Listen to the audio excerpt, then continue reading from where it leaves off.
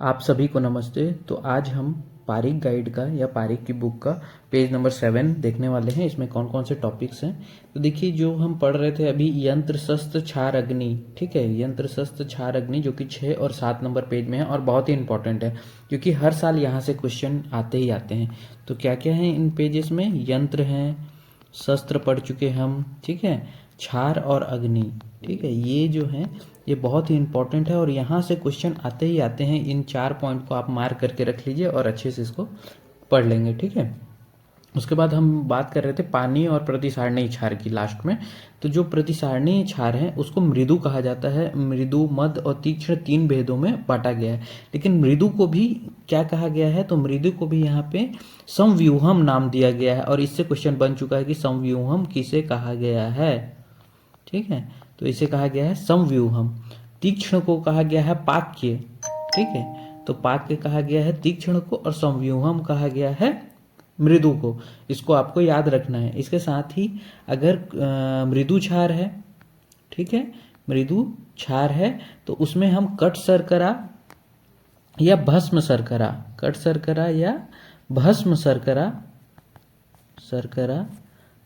Cut शर्करा, ठीक है, इसको जब हम मिलाते हैं तो क्या बनता है? तो ये आपको याद रखना है कि ये मध्य क्षार बनता है और मध्य में हम क्या मिलाएंगे तो ये तीक्ष्ण बनेगा। तो देखिए, तीक्ष्ण के लिए हमको इसमें क्या मिलाना पड़ेगा? दंती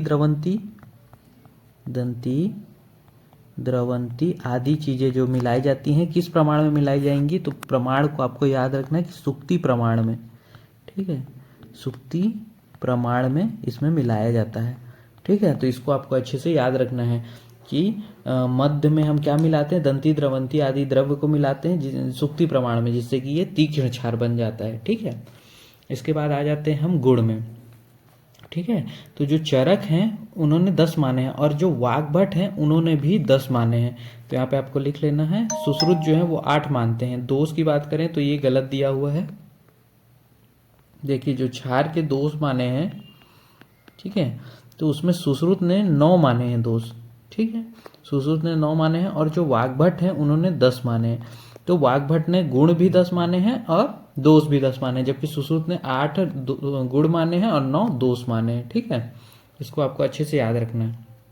इसके बाद जब हम नेक्स्ट जाते हैं तो नेक्स्ट है यहाँ पे अग्निकर्म, ठीक है, अग्निकर्म जो कि सुश्रुत ने 4 बताए हैं, ठीक है। सुश्रुत का कहाँ पे मिलता है? तो हमें ये सुश्रुत सूत्र 12 में हमें ये मिलता है, ठीक है, 12 में हमको सुश्रुत सूत्र 12 में ये चीज मिलती है। क्या मिलती है? वलय, बिंदु, विलेखा और प्रतिसारण, ठीक है, ये 4 मिलते हैं। साथ में 4 वाग्भट जो हैं उन्होंने 7 बताए हैं, 4 तो ऊपर के वलय, बिंदु, विलेखा, साथ में अर्धचंद्राकार, स्वास्तिक और अष्टपद, इस प्रकार इनके 7 हो जाते हैं। उसके बाद आता है शल्य की गतियां, ठीक है, जो कि सुश्रुत कितने बताते हैं? 5 बताते हैं, ठीक। अष्टांग हृदय जो है वो 3 बताते हैं और जो अष्टांग हृदय हैं वो 5 बताते हैं। लेकिन यहाँ पे जो अष्टांग हृदय हैं यहाँ पे 3 बताते हैं और कहीं कहीं पे उन्होंने 2 भी बोले हैं। तो आपको याद रखना है, अगर मान लीजिए 3 नहीं होता है ऑप्शन में तो आपको 2 लगाना है, ठीक है, या फिर 2 नहीं हुआ 3 हुआ तो 3 ही करेंगे। लेकिन अगर मान लीजिए 3 नहीं होता है ऑप्शन में तो 2 लगाना है आपको। इसके बाद जो है शल्य की गतियां कौन कौन सी होती हैं? तो आपको पता है कि ऊर्ध्व, अधा, ठीक है, अर्वाचीन और क्या होती है? तिर्यक और ऋजु, ठीक है। इस प्रकार ये जो है 5 जो गतियां मानी गई हैं। इसके बाद आता है ऋतुकाल। ऋतुकाल जो है उसे भी माना गया है। जो चरक और सुश्रुत हैं वो 12 दिन बताते हैं, ठीक है, और जो वाग्भट हैं और भाव प्रकाश हैं वो 16 दिन बताते हैं। तो वाग्भट और भाव प्रकाश का आपको अच्छे से याद रखना है क्योंकि इन्होंने 16 दिन बोला है, बाकी इन्होंने भी विदेह और मनुस्मृति ने भी 16 दिन बोला, ठीक है। इसके बाद है रजोदर्शन आयु। रजोदर्शन में आपको मेनली जो है इसमें काश्यप का याद रखना है क्योंकि आ चुका है, 16 वर्ष इन्होंने बताया है, ठीक है। भाव प्रकाश ने भी 16 वर्ष बताया और सुश्रुत ने 12 वर्ष बताया है।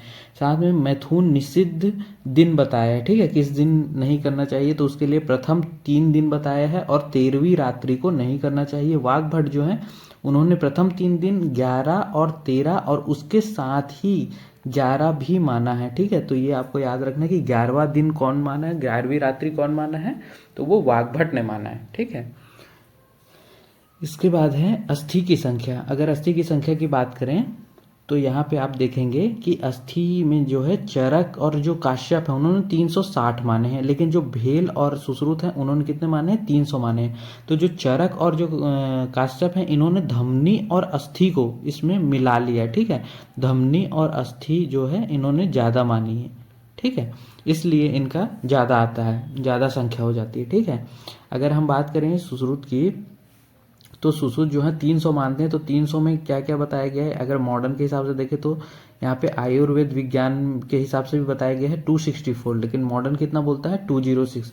अगर 206 के हिसाब से भी देखें तो यहाँ पे आप शाखा में देखेंगे 120। तो अपेंडिकुलर, जो अपेंडिकुलर आते हैं, अपेंडिकुलर कहने का मतलब है कि अपर लिम, लोअर लिम, उसको अगर आप देखें तो एक हैंड में 30 आते हैं। तो वैसे 4 हमारे हैं लिम, तो टोटल लिम जो है वो 4 है, ठीक है। तो 4 लिम अगर आप देखेंगे तो कितने हो जाएंगे, लोअर लिम और अपर लिम मिला के यहाँ पे 2 कर लेंगे तो ये 4 हो गए। तो 30 इंटू 4 हो गए 120। तो उसी प्रकार जो मॉडर्न मानता है वही आयुर्वेद ने भी माना है शाखा में 20, जो कि सुश्रुत ने माना है, ठीक है। मध्य शरीर में देखेंगे तो 117 है और ग्रीवा के ऊपर कितने 63 हैं, जबकि फेस और नेक में कितने माने जाते हैं, तो फेस और नेक में जो मॉडर्न है वो मानता है 36। तो इसको आप उल्टा कर लेंगे तो ग्रीवा के ऊपर 63 हो जाएंगे, ठीक है, ऐसे याद करने के लिए, ठीक है। उसके बाद जो है आप देखेंगे कि जो मेनली क्वेश्चन पूछे जाते हैं तो वो पूछा जाता है डायरेक्टली कि सिर में कितनी होते हैं, ठीक है, सिर में कितनी अस्थियां हैं, तो ये आपको डायरेक्ट याद होना चाहिए 6। नासा में कितनी अस्थियां होती हैं, तो 3, ठीक है। श्रोणी में कितने होते हैं, तो इसको आप लिख के रखेंगे कि श्रोणी में कितने होते हैं, तो 5, ठीक है। तो इस प्रकार ये डायरेक्ट क्वेश्चन बनते हैं कि सिर में 6 हैं, नासा में 3 है और श्रोणी में 5 हैं, ठीक है। उसके बाद आती है संधि की संख्या, ठीक है। संधि की बात करें तो जो चरक हैं वो 200 बोलते हैं, लेकिन जो सुश्रुत हैं वो 210 बोलते हैं, ठीक है। ये 2 भेद भी बताते हैं, एक 2 भेदों से और एक 8 भेदों से, ठीक है। तो ये भी आपको याद रखना कि जो सुश्रुत है उन्होंने भेद भी किए हैं 2 और 8 भेद, ठीक है। उसके बाद शाखा में इन्होंने कितने माने हैं 68, मध्य शरीर में कितने माने 59 और ग्रीवा के ऊपर कितने माने 83, ठीक है। तो आप इसको देखेंगे अगर यहाँ से आप प्लस माइनस वो करें तो टोटल ये जो होते हैं, टोटल प्लस करेंगे आप तो ये निकल के आते हैं 210, ठीक है। स्नायु की अगर हम बात करें तो स्नायु जो कि चरक ने स्नायु, तो यहाँ से आपको ना निकालना है, ना से 900, दोनों नहीं 900 माने हैं, ठीक है। तो स्नायु 900 होते हैं, ठीक है। लेकिन स्नायु के भेद कितने हैं, तो इन्होंने 4 भेद माने हैं। वो 4 भेद कौन कौन से होते हैं, तो प्रतानवर्ती, ठीक है, प्रतानवर्ती, प्रथतम, पृथुत और सौशीर्य, ठीक है। इस प्रकार ये 4 भेद माने हैं, ठीक है। इसके बाद आप देखेंगे कि शाखा के ऊपर कितने माने हैं, तो 50 इंटू 4 600, ठीक है। तो इसको भी आपको याद रखना, मस्त शरीर में 230 और ग्रीवा के ऊपर 70 माने हैं।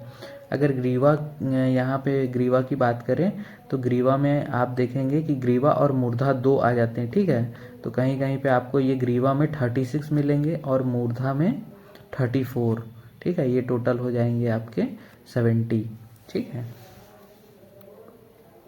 फिर इसके बाद जो है पेशी की संख्या, पे से 5 से 5 और 5 से 500, ठीक है। तो इसको आपको अच्छे से याद रखना है कि पेशी जो है वो 500, जबकि चरक ने 400 मानी है, ठीक है। चरक, अस्थि और संधि ज़्यादा मानते, ठीक है। तो उसको आपको थोड़ा सा अच्छे से याद रखना है। शाखा में जो है 400 होते हैं, मध्य शरीर में 67 और ग्रीवा के ऊपर 33। आपको कहीं कहीं पे यहाँ पे 66 और यहाँ पे 34 भी मिलेंगे कि ग्रीवा के ऊपर 34 है और मध्य शरीर में 66 है, लेकिन मोस्ट करेक्ट 67 और 33 ही जाते हैं। लेकिन अगर ऑप्शन में 67 नहीं मिलता है तो आपको 66 ही मार के आना है, और अगर आपको ऑप्शन में 33 नहीं मिलता है तो 34 लगा के आना है। इस प्रकार ये आपका पेज नंबर 7 जो है वो कंप्लीट हो जाएगा। अगर हम बात करें कि जो चरक ने इसको कहाँ पे बताया है, तो ये हमको चरक सूत्र स्थान 7/14 में आपको मिल जाएगा। और सुश्रुत का कहाँ पे है, तो सुश्रुत का जो है 4/45 में आपको ये मिलेगा, ठीक है। तो ये चीज़ें यहाँ पे आपको मिल जाएंगी। ठीक है, इसी प्रकार ये पूरा हमारा पेज जो है कंप्लीट होता है।